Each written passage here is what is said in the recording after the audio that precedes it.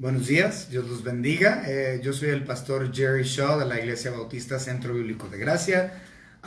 Una cordial bienvenida a todos los que se están conectando con nosotros para ver estos mensajes. Acabamos de terminar un estudio precioso del libro de Hebreos por parte de nuestro hermano César Sandoval, y en este momento vamos a comenzar el servicio general de la mañana. Vamos a cantar un himno. En este caso vamos a comenzar con el himno número 304 del himnario bautista, el rojo. Himno número 304 es el himno Amor es. Después de esto vamos a continuar con nuestro estudio del libro de Hechos en el capítulo 8. Ya llegamos al capítulo 8. Precioso. Vamos entonces a cantar Amores. La gente de nuestro tiempo no sabe lo que es el amor, que vive perdiendo el tiempo, buscando y sin encontrar. Amor es entregarse en alma y cuerpo a la humanidad. Vivir siempre sirviendo sin que tú esperes algo para ti. En Cristo yo he encontrado respuesta de paz y de amor.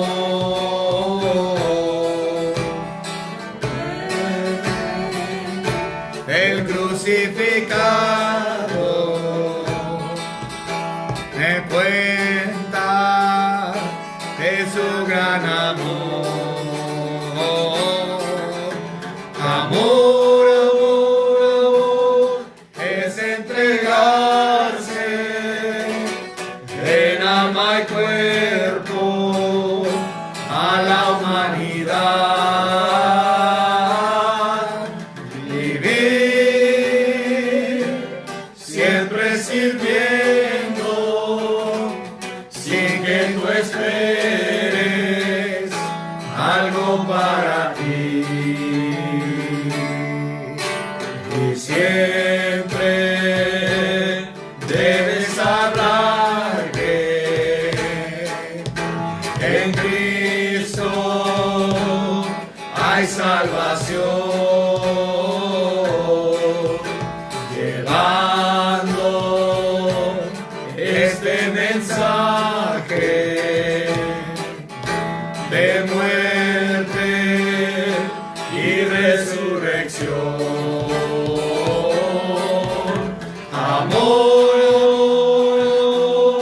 es entregarse en alma y cuerpo a la humanidad. Vivir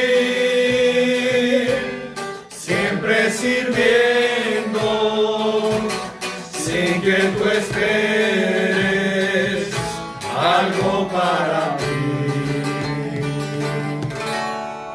Hermoso, hermoso este himno.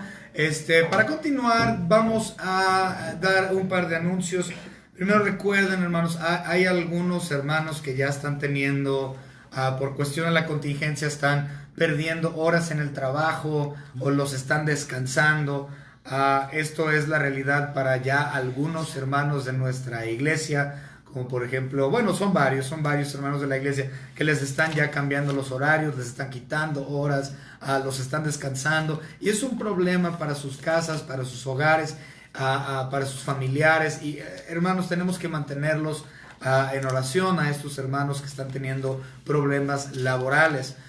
Ciertamente les voy a decir esto, y no les estoy diciendo directamente tienen que hacerlo, pero sí lo tienen que hacer. Hermanos, lo tienen que hacer, lo tienen que hacer. La Biblia nos dice que nosotros debemos de preocuparnos por los nuestros. Y nosotros como iglesia siempre hemos dado ayuda a los necesitados de la congregación. También hemos dado despensas constantes para las hermanas que son viudas en nuestra iglesia. Pues ese mismo sentir, ese mismo pensamiento, ese mismo servicio y acción de amor debe de en este momento ser dado a otros hermanos también. Hay que extenderles eso, porque ciertamente hay familias ahorita que van a estar teniendo problemas muy serios por cuestiones económicas, por cuestiones laborales. Hermanos, si usted tiene una despensa, si usted tiene algo adicional y usted quiere dárselo a los hermanos, a las hermanas que están en necesidad, en donación y amor, hermanos, es necesario que lo hagan, por favor. También no olvide sus diezmos y ofrendas. Como no nos estamos congregando, esto es difícil. No estoy yendo a las casas de todos y hermanos, denme sus diezmos, denme sus ofrendas. No lo estoy haciendo. Tampoco hay depósito en algún banco o algo así como algunas iglesias, algunas congregaciones están haciendo.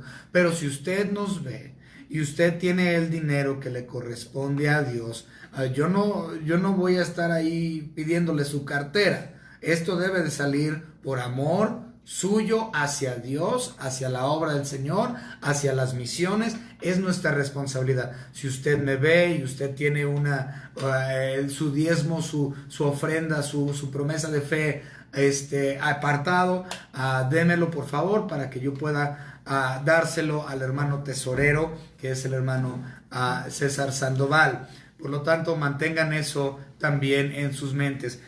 Eventualmente esto va a terminar, vamos a regresar a la iglesia y vamos a tener que pagar agua, luz y todos los servicios de la iglesia. También tenemos nuestros gastos de ministerio para misioneros. Usted hizo promesa de fe, hermanos. Si ustedes miembro de nuestra iglesia hizo promesa de fe, recuerde que usted tiene esa responsabilidad delante de Dios, una promesa que usted debe de cumplir. Bien, vamos a continuar entonces, hermanos, con este estudio. Hemos llegado aquí a la sección de Hechos, capítulo 8. Le voy a pedir al hermano Jonathan que me quite esto. Bien, vamos a empezar, hermanos, en esta mañana y espero que sea de edificación para usted. Vamos a ver Hechos capítulo 8, los primeros 8 versículos nada más, no vamos a ver más, nada más los primeros 8 versículos del capítulo 8. Y el día de hoy vamos a ver una introducción a la segunda parte de Hechos. Vamos a darle lectura hasta el versículo 8 y ahorita damos una introducción para que puedan entender hacia dónde vamos y cómo va a funcionar el estudio esta mañana. Bien, versículo 1, capítulo 8 de Hechos. Y Saulo, recuerden, esta es la primera vez, disculpen, esta es la segunda vez que se hace mención de Saulo en las Escrituras. La primera vez que se menciona es en el capítulo anterior, que es Hechos capítulo 7, versículo 58. Es la primera vez que se menciona Saulo, quien después llega a ser conocido como el apóstol Pablo. Pero ahora sí, vamos a leer. Y Saulo consentía en su muerte, es decir, la muerte de Esteban. En aquel día hubo una gran persecución contra la iglesia que estaba en Jerusalén, y todos fueron esparcidos por las tierras de Judea y Samaria, salvo los apóstoles. Y hombres piadosos llevaron a enterrar a Esteban e hicieron gran llanto sobre él. Y Saulo asolaba a la iglesia y entrando casa por casa, arrastraba a hombres y a mujeres y los entregaba en la cárcel. Pero los que fueron esparcidos iban por todas partes anunciando el evangelio. Entonces Felipe, otro de los 7 diáconos originales, acabamos de ver la muerte de Esteban, ahora es el otro. Felipe, descendiendo a la ciudad de Samaria, les predicaba a Cristo. Y la gente unánime escuchaba atentamente las cosas que decía Felipe, oyendo y viendo las señales que hacía. Porque de muchos que tenían espíritus inmundos salían estos dando grandes voces, y muchos paralíticos y cojos eran sanados. Así que había gran gozo en aquella ciudad. Vamos a darle una introducción a esta sección. A esta sección. Hace varios meses nosotros comenzamos a estudiar el libro de Hechos y cuando comenzamos di una introducción al libro. Expliqué en esa ocasión que el libro está dividido en 3 secciones. Todo esto tiene que ver con el versículo clave de Hechos. Si usted recuerda, el versículo clave del libro de Hechos es Hechos capítulo 1 y versículo 8, muy famoso. De esto trata todo el libro. Versículo 8 del capítulo 1.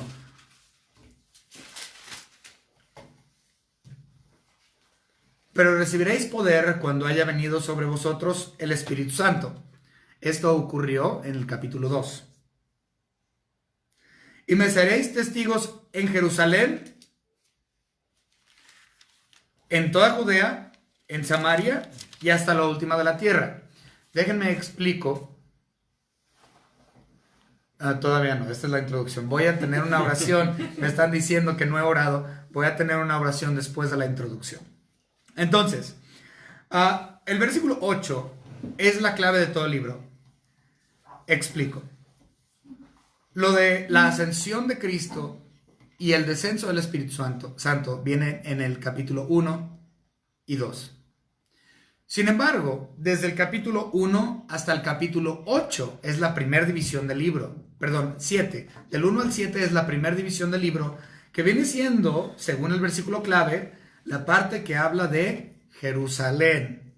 Entonces, del 1 al 7, toda esa sección trata de Jerusalén. Del capítulo 8, que es lo que vamos a iniciar hoy, al capítulo 12, viene siendo la segunda sección del versículo clave. Me seréis testigos en Jerusalén, en Judea, en Samaria. Entonces, del 8 al 12 trata de Judea y Samaria.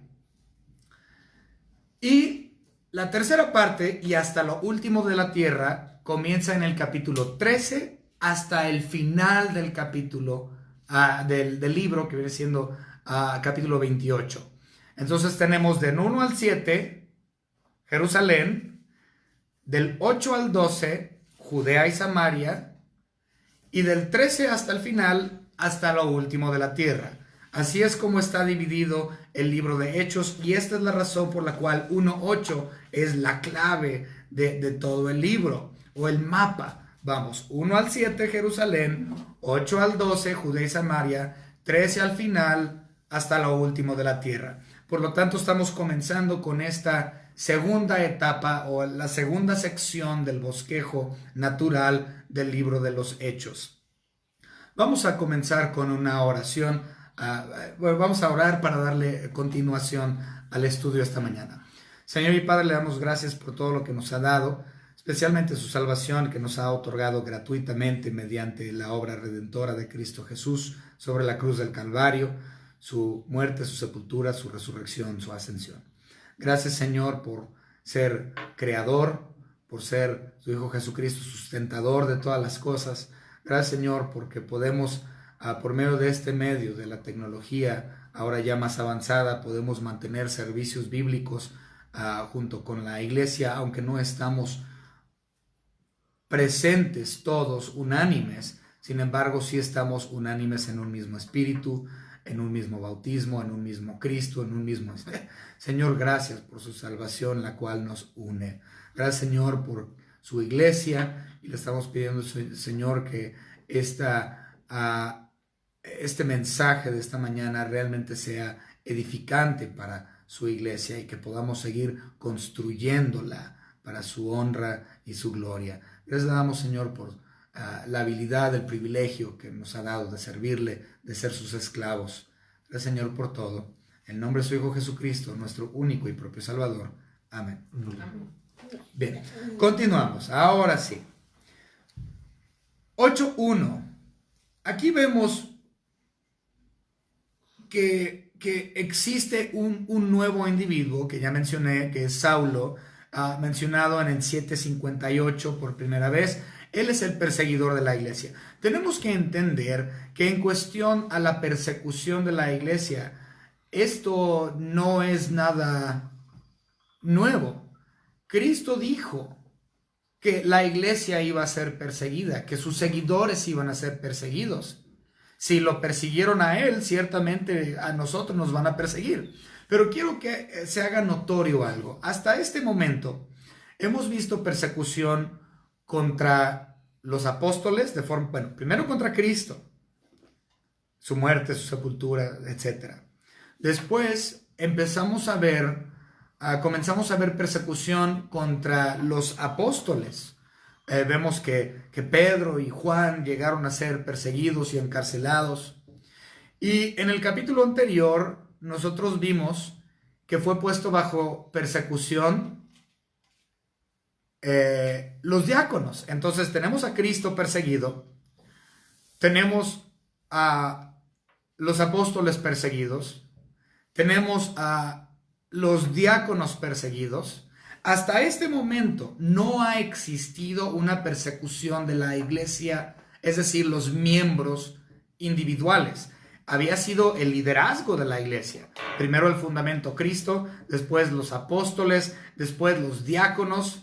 Y ahora por primera vez estamos viendo la persecución de la iglesia, es decir, los miembros individuales de la congregación de Jerusalén, la iglesia primitiva. Esta es la primera vez que lo vamos a estudiar. Ya no es nada más el liderazgo, ahora es una persecución abierta para todos los que están en Cristo. Bien, continuamos. Entonces tenemos aquí, y claramente esto esparce a la iglesia, lo cual es un beneficio en vez de una maldición. Vamos a ver, 8:1, y Saulo consentía en su muerte, es decir, la muerte de Esteban. En aquel día hubo gran persecución contra la iglesia por primera vez que estaba en Jerusalén, y todos fueron esparcidos por las tierras de Judea y de Samaria, iniciando la segunda etapa. Ya vimos Jerusalén del 1 al 7, y aquí vemos Judea y Samaria ya mencionado, salvo los apóstoles.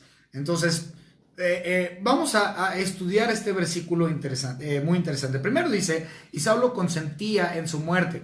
Esto no nada más, la palabra consentía en el griego original, no nada más es decir que él dio su aprobación. La palabra consentía en el griego original nos muestra un gozo, una alegría. Es decir, que Pablo o Saulo tenía gozo y alegría por el asesinato de Esteban. No tan solo era consentimiento o que dio aprobación, sino es mucho más que eso. Su pecado era tan grande que él se gozó en la muerte misma de Esteban.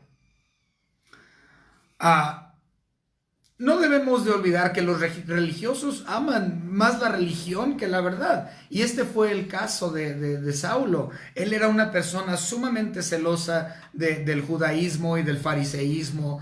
Fariseo de fariseos, dijo él mismo. Esta religiosidad no es verdadera. ¿Por qué? Porque la palabra religión, para empezar, significa relación.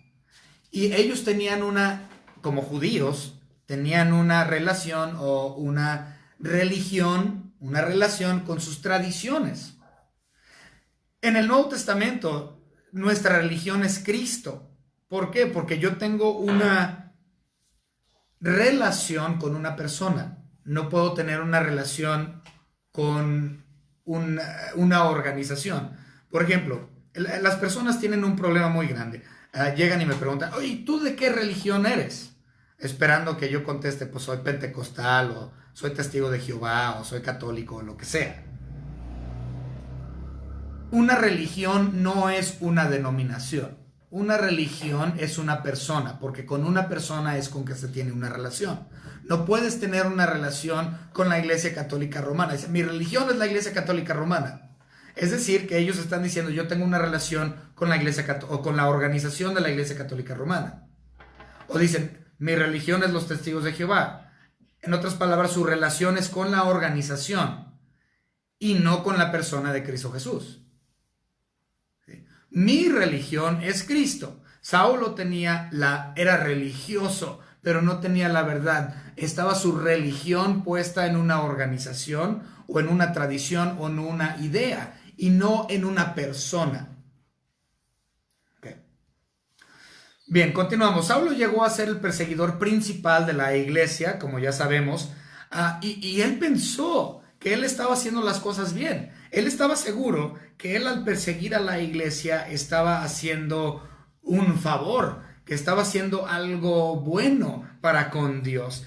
Y lo que se me hace interesante es que Cristo mismo habló acerca de eso. Vamos a verlo en Juan capítulo 16. Cristo mismo predijo que esta mentalidad iba a llegar a suceder. Juan capítulo 16, versículos 1 al 3, vamos a leer. Cristo dijo: estas cosas os he hablado para que no tengáis tropiezo.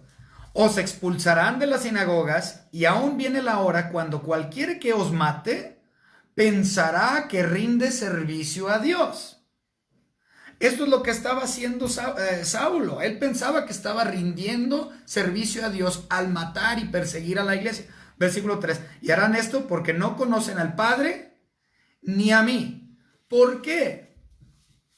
Porque su religión no es una persona, su religión es una organización. Por eso es que no conocen al Padre ni a mí, porque no son salvos, tienen una religión sin Cristo. No los conocen y por lo tanto piensan que están haciendo un servicio a Dios a la hora de la persecución. Esta era la mentalidad que tenía Saulo. Él dijo: no, yo estoy haciendo bien, yo estoy persiguiendo a la iglesia y me gozo en la muerte de sus miembros, como en este caso Esteban. Y esta mentalidad continúa aún. Hay muchas personas religiosas, muy religiosas, que son de diferentes tipos de denominaciones. No voy a mencionar uno en particular, pero hay muchísimas denominaciones alrededor del mundo, y la gente religiosa que tiene relación con esas organizaciones, mas no tienen una relación con la persona de Cristo Jesús, no le conocen y persiguen a la iglesia verdadera pensando que están haciendo un servicio a Dios. Bien, vamos a continuar. El asunto con la persecución de la iglesia es que favoreció a la iglesia.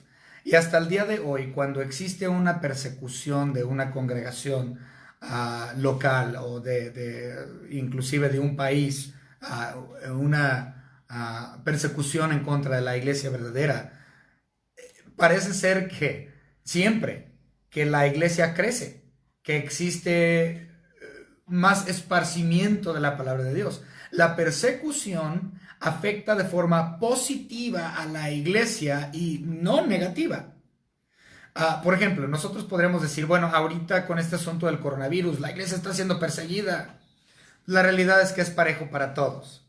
Si no es la iglesia verdadera solamente la que está siendo perseguida. No, esto no es persecución. Yo no consideraría esto persecución. Esto no es persecución. Pero si llegara a haber persecución, la iglesia crecería, la iglesia prevalecería. La iglesia primitiva no fue destruida. Ahora, si nosotros notamos en el versículo 1, dice: y todos fueron esparcidos por la tierra de Judea. No todos fueron, ¿sí? La iglesia en Jerusalén, de hecho, prevaleció. Podemos ver dentro del Nuevo Testamento que la iglesia de Jerusalén prevaleció y continuó después del esparcimiento por parte de Saulo. Entonces, ¿por qué dice que todos fueron esparcidos? Pues si nosotros notamos, en realidad los que fueron esparcidos originalmente fueron los judíos griegos. Recuerden, la iglesia primitiva, toda la iglesia primitiva eran judíos. No había ni un romano, la primera iglesia no fue la iglesia católica remona. ¿Por qué? Porque eran judíos. Eran totalmente judíos, todos ellos. Había judíos griegos, es decir, eran judíos de sangre que habían crecido dentro del judaísmo, pero que nacieron fuera de Israel.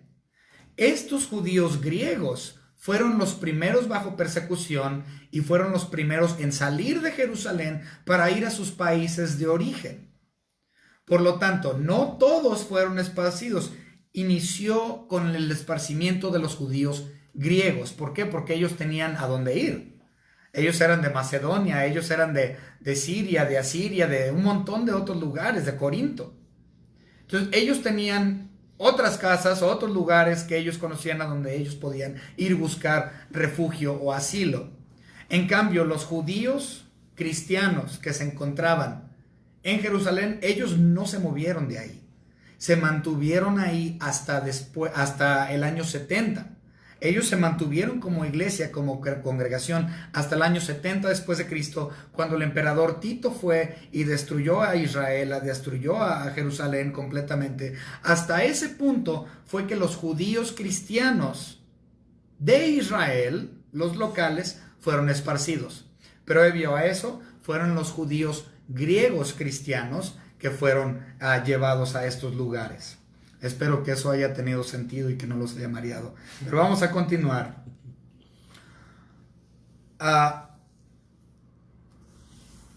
Versículo 2. Y hombres piadosos llevaron a enterrar a Esteban e hicieron gran llanto sobre él. Esto es muy, muy interesante porque es debatible. Algunas personas creen que estos hombres piadosos eran cristianos. Lo dicen por la palabra piadoso. Sin embargo, la palabra piadoso no necesariamente implica creyente. Hay muchos lugares en la Biblia donde habla de hombres piadosos que no eran salvos, no eran creyentes, no eran cristianos, pero la Biblia los menciona como hombres piadosos. Por lo tanto, hay una controversia con este versículo. Algunas personas dicen, los creyentes fueron los que llevaron el cuerpo de Esteban y lloraron grandemente por él. Otros dicen, no eran necesariamente creyentes, eran simplemente amigos de él que él tuvo, que lloraron o lloraron por él. Yo soy de la opinión que eran cristianos, que eran miembros de la iglesia y no tan solo amigos inconversos piadosos. Una de las cosas que a mí me llama mucho la atención es el hecho de que lloraron, hubo gran llanto por él. Me llama la atención porque esto era ilegal. Era ilegal llorar por un convicto a muerte. Esto es parte de lo que es conocido, algunas personas lo llaman las leyes orales. Es muy común escuchar la frase leyes orales. Recuerden que los judíos tenían un grupo de abogados que se llamaban o se denominaban escribas. Estos escribas tomaron el decálogo, tomaron las leyes mosaicas y les agregaron o basaron leyes sobre las leyes mosaicas y el decálogo. Estas llegaron a ser conocidas como leyes orales. No son leyes oficiales. No son leyes divinas, Son leyes basadas en leyes divinas, pero siguen siendo simplemente leyes de hombres y no de Dios. Estas son las leyes orales y fueron pasados de generación en generación en generación. Pero también son escritos, no nada más son orales. Si lo ves por escrito se llaman Mishnah. ¿Okay? Entonces el Mishnah vienen siendo las leyes orales de los escribas. Dentro del Mishnah se nos dice o se les decía a los hebreos que ellos no podían llorar o estar de luto por un convicto a muerte. ¿Por qué? Porque era un criminal y no merecía el llanto de nadie. Esta es una ley oral hecha por los escribas dentro del Mishnah. ¿Okay? Entonces, si gusta buscarlo, póngalo en Google, búsquele ahí Mishnah y aparece. ¿Okay? Bien, vamos a continuar. Entonces, me llama mucho la atención que era ilegal Pero ellos hicieron gran llanto sobre él a pesar de que Esteban fue juzgado como criminal. No les importó. Ellos no se avergonzaron. Estos cristianos, yo creo que eran cristianos, no se avergonzaron por la muerte de Esteban. Estaban tristes por el hecho de que falleció. Pero yo creo que su llanto era un gozo, un verdadero gozo, porque sabían dónde él estaba ahora y qué era lo que él había hecho para defender la fe. Él no se defendió a sí mismo. Recordemos que vimos la defensa de Esteban, que no fue mucha defensa. Él defendió a Cristo, él defendió la muerte, él defendió la resurrección, él defendió la ascensión. Él nunca se defendió a sí mismo como tal. Estos cristianos hicieron gran llanto sobre él porque sabían a dónde había ido, con gozo estaban llorando por él y se me hace precioso. Lo que se me hace interesante también es ver en la actualidad cristianos nuevos, que tienen pocos años en Cristo, también los que tienen muchos años en Cristo. Muchos de ellos se avergüenzan, les da vergüenza de defender la fe, les da vergüenza de pararse delante de los hombres, y aunque algo sea ilegal a los ojos de los hombres, que lo hagan. ¿Por qué? Por el nombre de Cristo Jesús. Siempre y cuando, bueno, voy a continuar. Vamos a leer un versículo importante. Vamos a leer un versículo importante. Romanos, muy famoso este versículo. Romanos capítulo 1 y versículo 16. Porque no me avergüenzo del evangelio, porque es poder de Dios para salvación a todo aquel que cree, al judío primeramente y también al griego. Esteban no se avergonzó. Con fuerza él dio defensa de la persona de Cristo Jesús. Esto mismo es lo que nosotros debemos estar haciendo. Sin vergüenza, dar defensa del evangelio de Cristo Jesús. Versículo 3, Hechos 8, versículo 3.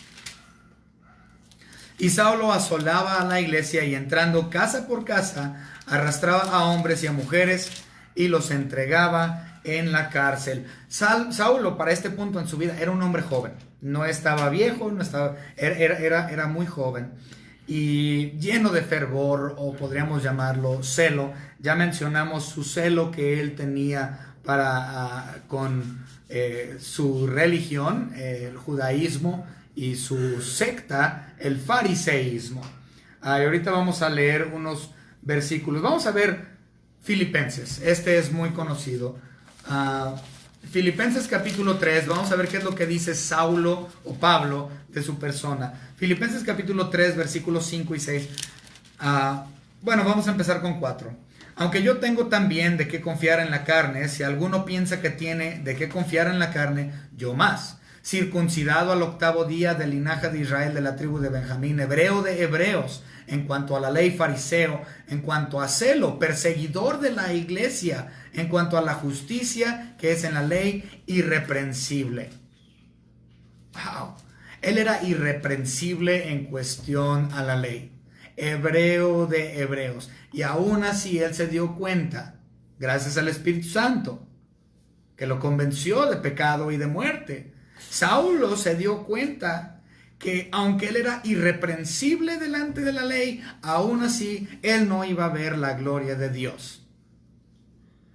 Porque no se trata de la ley, se trata de gracia. Saulo era la mejor herramienta que los hebreos o los religiosos de ese momento tenían en contra de la iglesia. Él era tremendamente un excelente instrumento para ellos. Uno de los hombres más educados de su día fue Pablo, Saulo de Tarso, un caballero, pero un hombre cruel e insensible en cuestión a la iglesia y los cristianos. Vamos a leer Gálatas capítulo 1, vamos a ver las palabras de Pablo Gálatas capítulo 1, versículo 14. Y en el judaísmo aventajaba a muchos de mis contemporáneos en mi nación, siendo mucho más celoso de las tradiciones de mis padres. ¡Wow! Celoso de las tradiciones de sus padres. ¿Qué es lo que nosotros escuchamos hoy de muchos católicos? No, yo no voy a ir a tu religión, no me vas a sacar de mi iglesia. Yo soy católico y mis padres eran católicos y yo sigo las tradiciones de mis padres porque son las tradiciones que ellos me dejaron. Los llamamos católicos de hueso colorado. Esto mismo era Pablo. Él era un hebreo de hebreos, hebreo de hueso colorado, que él quería mantener las tradiciones de sus padres. Irreprensible ante la ley, y se dio cuenta que iba a ir al infierno.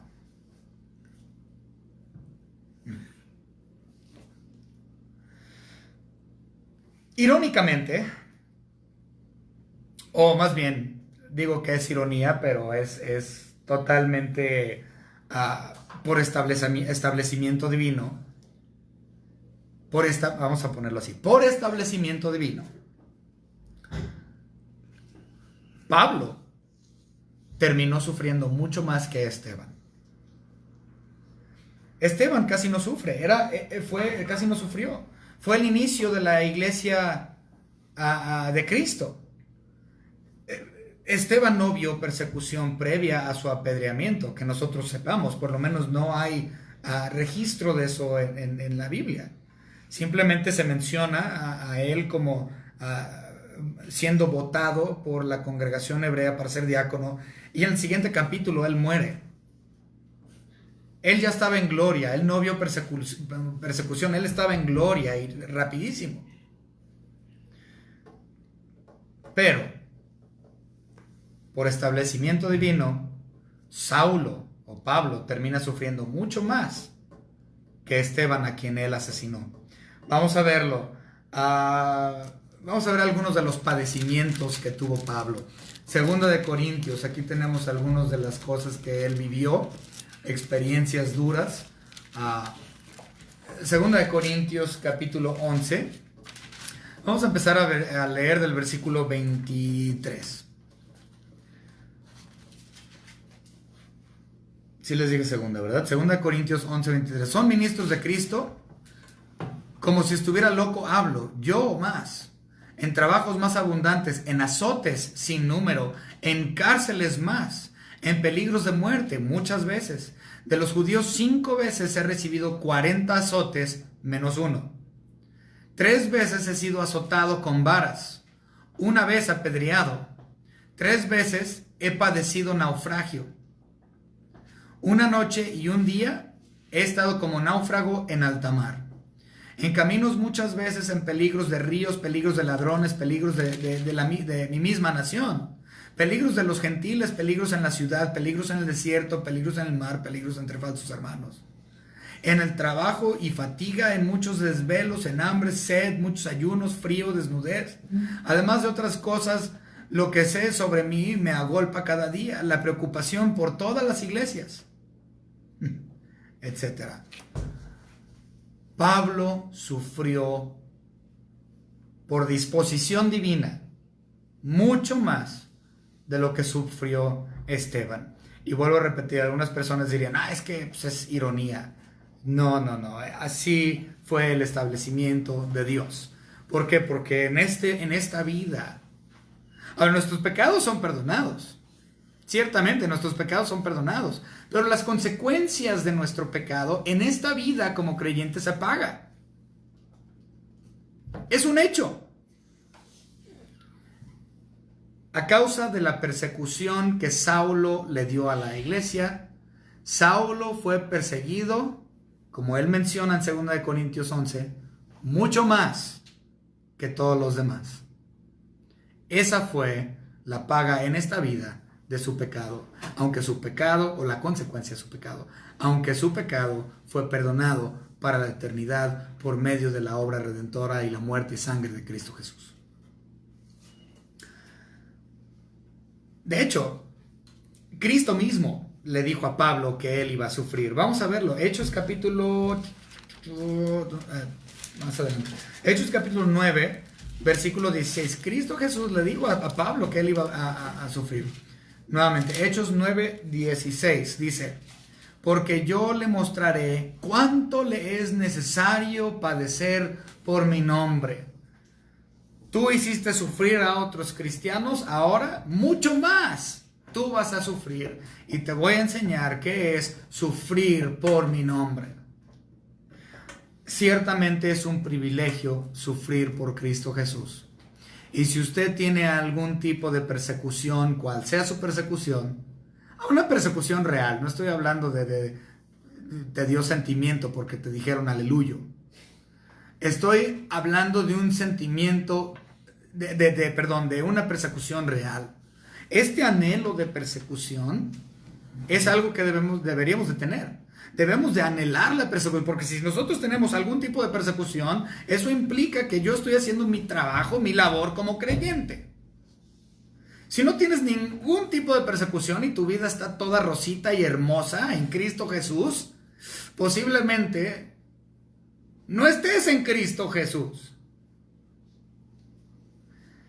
El que es un verdadero creyente y está haciendo su trabajo como cristiano, al impartir el evangelio, va a tener persecución.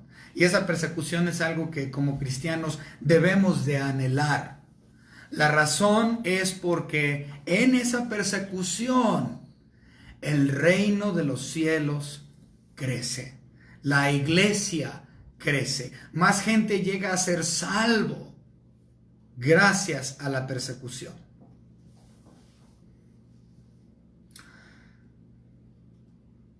Vamos a notar algo aquí en Hechos capítulo 8, donde estamos estudiando. Lo iba a mencionar y se me pasó. ¿Dónde viene? En el versículo 1. No lo mencioné, pero me acabo de acordar y vamos a regresar ahí. En el versículo 1, quiero que noten algo. Dice: en aquel día hubo una gran persecución contra la iglesia. Normalmente cuando la Biblia menciona que en aquel día, usualmente habla de un periodo de tiempo. Unos, no sé, en ese mismo espacio de tiempo es que hubo estas ocurrencias. Pero algo que yo noté aquí en el griego original, muy interesante, es que en ese mismo día que murió Esteban, ese mismo día fue que comenzó la persecución de la iglesia en grande. El mismo día que Esteban murió fue el mismo día que la iglesia comenzaron los ataques en contra de la iglesia. Y continuaron por todo el periodo, sí. Pero fue ese mismo día que la iglesia comenzó a tener persecución. Bien, ahora sí, continuamos. Versículo 4. Pero los que fueron esparcidos, ya hablamos de los esparcidos, iban por todas partes anunciando el evangelio. Fueron esparcidos, pero no estaban escondiéndose. ¿Cómo sé que no se estaban escondiendo? Porque estaban anunciando el evangelio. De hecho, ahí la palabra anunciando viene de la palabra griega evangelismo. Bueno, nosotros lo traduciríamos como evangelismo. Es la palabra griega original déjame ver cómo está. Bueno, evangelizo, es casi cerca. Entonces la palabra griega es evangelizo, ahí para la palabra anunciar. Entonces está diciendo que la iglesia hizo el trabajo de evangelista, hizo el trabajo de llevar la muerte, sepultura, resurrección y ascensión del Cristo Jesús a otras partes. La iglesia trabajó como evangelista. Sin embargo, en la Biblia nada más vemos que una sola persona es llamada evangelista. Una sola persona en toda la Biblia. Y es lo que se me hace muy raro.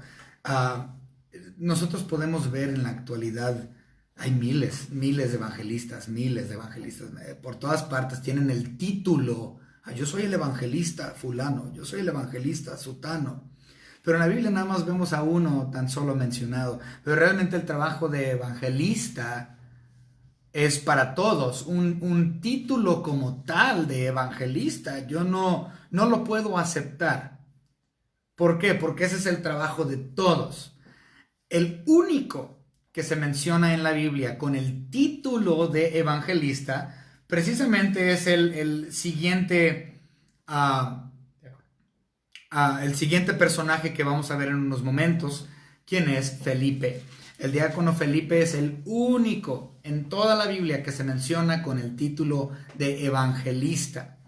Nadie más tiene ese título. Entonces, en la actualidad, ¿por qué todo el mundo dice yo soy evangelista? No, eres un predicador. El trabajo de evangelismo, eso lo deben de hacer todos, como la iglesia perseguida. Ellos eran evangelistas. Una cosa que dijo Pablo, muy interesante, que ya hablamos un poco acerca de esto. Él pensaba que él estaba haciendo un servicio a Dios al perseguir la iglesia. En cierta forma sí hizo un servicio a Dios, como ya mencionamos, bajo persecución la iglesia crece. Pero vamos a ver qué dijo Pablo en Filipenses capítulo 1, versículo 12. Quiero que sepáis, hermanos, que las cosas que me han sucedido, todo, tanto lo que hizo en el pasado, como también lo que hizo después de su conversión, han redundado más bien para el progreso del evangelio. Entonces, todo lo que hizo Pablo o Saulo en contra de la iglesia, matarlos, perseguirlos, llevarlos a cárcel, sacarlos de sus casas, todo eso llevó al beneficio de la iglesia, el engrandecimiento del evangelio. ¿Por qué? Porque todos somos evangelistas. No es un título como tal. Pero vamos a ver el de Felipe. Hechos. El libro de Felipe, ya el apócrifo. Bien, Hechos capítulo 21. Vamos a Hechos capítulo 21 y versículo 8. Este es el único lugar en la Biblia donde se menciona a Felipe con el título de evangelista o cualquier otro. 21:8. Al otro día, saliendo Pablo y los que con él estábamos, fuimos a Cesarea y entrando en la casa de Felipe, el evangelista, que era uno de los 7, posamos con él. Él es el único en toda la Biblia que se menciona como evangelista, aunque en 2 Timoteo se le dice a Timoteo, Pablo le dice a Timoteo que él haga obra de evangelista, pero no lo llama como tal evangelista, porque todos ya eran evangelistas. Todo cristiano debe de ser evangelista. Todo creyente debe de llevar la palabra de Dios, su muerte, su sepultura, su resurrección. Y si usted es un evangelista por título y esté usted viendo este video, considere que el trabajo de evangelista no es algo exclusivo para usted quien tiene el título. Esto es algo para cualquier creyente. Todos anunciamos o evangelizamos o deberíamos de. Bien, 2 Timoteo, capítulo 4 y versículo 5, aquí es donde se hace mención a Timoteo que él haga obra de evangelista, pero no lo llama como tal. Pero tú sé sobrio en todo, soporta las aflicciones, haz obra de evangelista, cumple tu ministerio. Por lo tanto, el único mencionado con ese título es Felipe. A Timoteo se le dice que él haga obra de evangelista, pero claramente podemos ver que la iglesia esparcida anunciaban o evangelizó, hacían el trabajo evangelístico. Versículo 5, 8:5. Entonces Felipe, descendiendo a la ciudad de Samaria, les predicaba a Cristo. Vuelvo a repetir, aquí empezamos a ver la segunda sección del libro de Hechos, del 8 al 12. Como ven, se vuelve a mencionar aquí Samaria, como en el primer versículo del capítulo, Samaria y Judea. Aquí se vuelve a mencionar Samaria. Bien, versículo 6, 8:6. Y la gente unánime escuchaba atentamente las cosas que decía Felipe, oyendo y viendo las señales que hacía. Dios dio a Esteban muchos dones. Y ahora vemos que Felipe también ejerce estos mismos dones. Solamente ellos son los que tenían las posiciones del liderazgo en la primera iglesia, o los líderes eran los que tenían estos dones. En la actualidad la gente dice, uy, yo puedo poner mis manos y sanar a gente, yo tengo el don de sanación. Si así es cierto, si tú tienes el don de sanación, vete al hospital y sana a la gente ahí. ¿Para qué queremos doctores si te tenemos a ti, quien sanas a tantos? Así de fácil.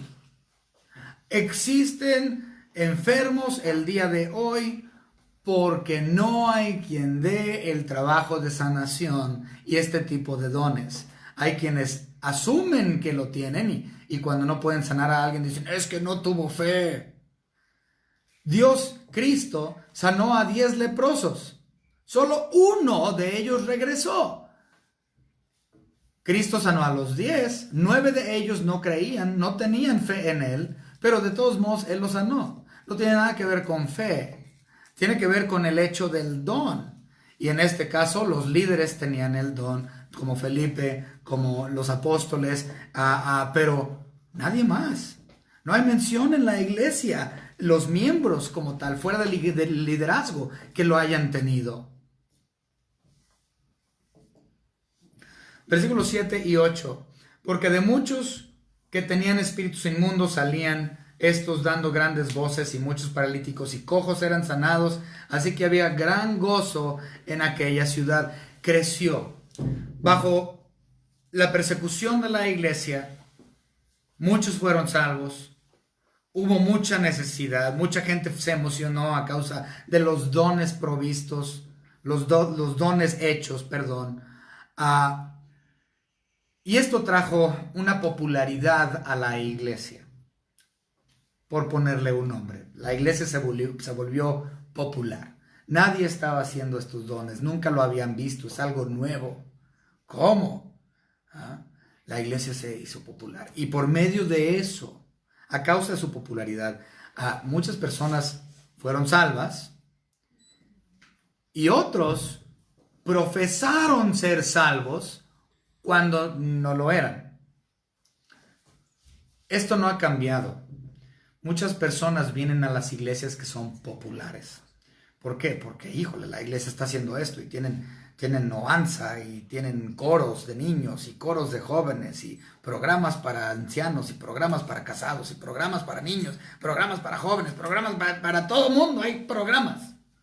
Y la iglesia se vuelve popular porque hay actividades. Y al ser popular, llega gente a esa congregación, tanto salvos como inconversos. ¿Por qué? Porque es de renombre, soy miembro de la iglesia fulana, sutana. ¡Wow! Te levanta el estatus. Esto fue exactamente lo que sucedió. La iglesia se popularizó y llegaron a la iglesia varias personas que no eran salvas. Entre ellas, el siguiente personaje que vamos a ver, que fue Simón el mago. Simón profesó ser creyente. Él, por ser mago, él podía hacer ciertas cosas y obras y dones que él tenía, pero todo era falso, no era traído por parte de Dios. Y este Simón el mago quería la popularidad que tenían los apóstoles, quería la popularidad o ser miembro de esta nueva congregación, esta iglesia, y tener el crédito que se le estaba dando a Felipe, la importancia que se le estaba dando a Esteban y ciertamente a los otros apóstoles.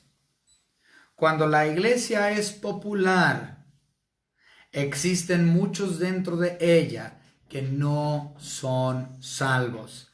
Están ahí porque es popular, porque quieren la fama, porque quieren la asociación con ese lugar.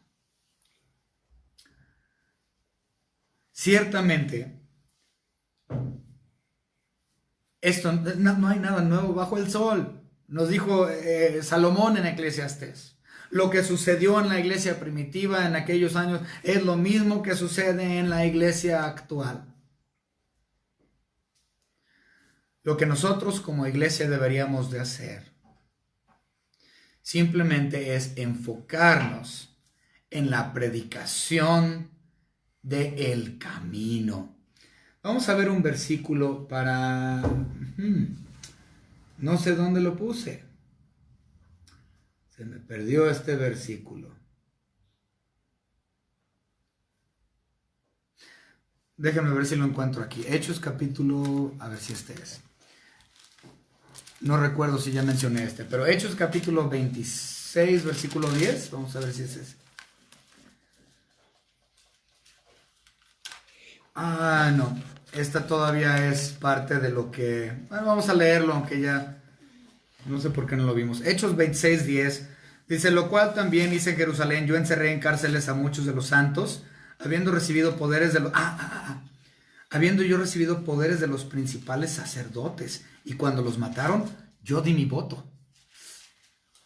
Saulo entonces tenía el permiso de los religiosos de ir y atacar a la iglesia primitiva, o como mencioné, el camino.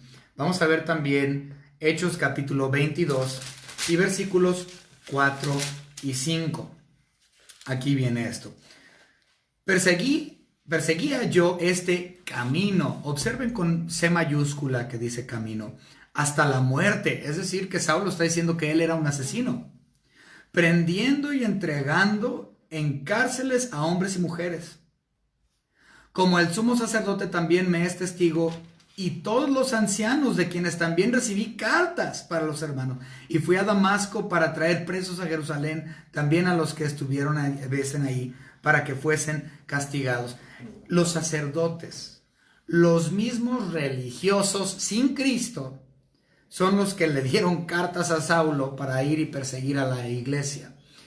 Yo he escuchado en algunas ocasiones, yo he estado en la iglesia, pues yo crecí en una iglesia cristiana.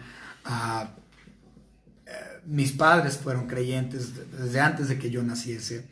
Entonces, durante toda mi vida yo he escuchado historias de sacerdotes católicos que le dicen a su gente, a su congregación ahí de su parroquia, ve y haz vandalismo sobre el templo, eso de los aleluyos ahí a la vuelta. Ve y vandalízales su iglesia, su templo. Pónchale las llantas de su camioneta. No sé, me imagino que esto es muy cierto, porque lo podemos ver aquí en la Biblia. No ha habido cambios. Los sacerdotes le decían a Pablo, tienes permiso, te damos poder, ve y persigue. No hay nada nuevo bajo el sol, hasta el día de hoy sigue sucediendo. Ve y persigue, pensando que están haciendo lo mejor o un servicio para Dios. Lo que me llama mucho la atención aquí es que el versículo 4 dice que perseguía yo este camino. La palabra camino así se llamaba la iglesia primitiva. Antes no se le llamaba que la iglesia Centro Bíblico de Gracia, la iglesia Betel, o la iglesia Dios de Esperanza, o la iglesia Cristo Vive, o cualquier nombre. La iglesia primitiva se llamaba el camino. No era iglesia bautista, no era iglesia pente, no era iglesia presbiteriana, no era iglesia católica remona, era el camino, así se llamaba, el camino. Ese era tal cual el nombre, no había denominación, era camino, con C mayúscula, porque Cristo dijo, yo soy el camino, la verdad y la vida. Nadie viene al Padre sino por mí. Y ciertamente, en cuestión a camino, en el próximo capítulo de Hechos, Cristo se le aparece a Pablo en el camino a Damasco y le dice, Saulo, Saulo, ¿por qué me persigues? Él estaba persiguiendo al camino, a la iglesia, la verdadera iglesia. Para cualquier religión o denominación que persigue a la iglesia, están persiguiendo a la persona misma de Cristo Jesús, al camino con C mayúscula, sin el cual nadie verá al Señor. La persecución de la iglesia fue algo precioso y trágico a la vez, para honra y gloria de Dios. En la actualidad debemos de tener un anhelo de la expansión de la iglesia. Ahora, ¿estoy pidiendo que venga persecución a mi vida o a la iglesia? No, no estoy haciendo eso. Eso debe de suceder por default.